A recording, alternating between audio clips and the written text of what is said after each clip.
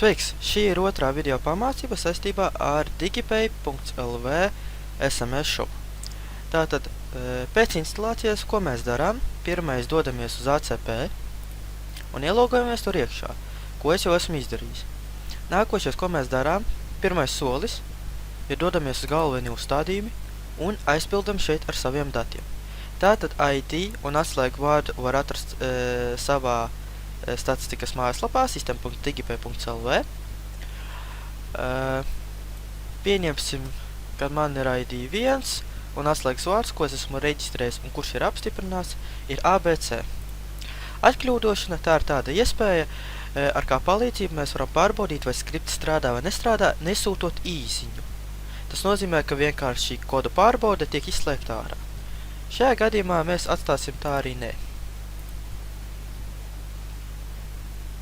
Nākošais, kas mums ir jādara, ja mēs vēlamies pievienot vai arī ieslēgt kādu no pluginiem, pirmais dodamies uz pluginu kategorijas un teiksim, es gribētu aktivizēt AMXX pakalpojumus.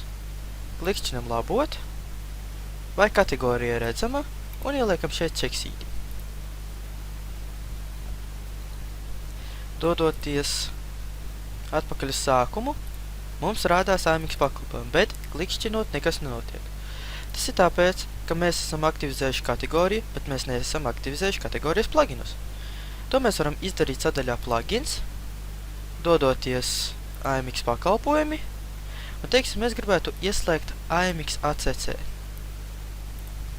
Labot, klikšķinam vai redzams, un labot. Pievienots veiksmīgi.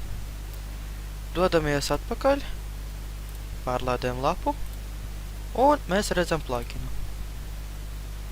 Kā redziet, sākumā mums uzrādās to, ka nav savienojumā datubāzi. Lai izlabotu šo kļūdu, mēs dodamies atpakaļ uz kontroles paneli,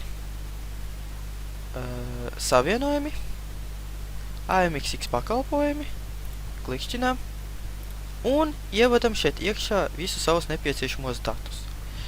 Bet var gadīties to, ka kāds plugins izmanto atsevišķu savienojumu. Ne visi tie plugini, kas ir pievienoti šeit, izmantos vienu standarta AMX bandas sistēmu. Varbūt būs kāds, kas izmanto atsevišķi citu AMX bandas sistēmu. Lai izveidot atsevišķu savienojumu, mēs dodamies atpakaļ uz plugins sadaļu. AMX pakalpojumi, pieņemsim AMX ACC, viņš atrodas uz cita servera, un šeit ir iespēja pievienot atsevišķi savus datubāzes savienojumu. Un tas iesākumā it kā būtu viss.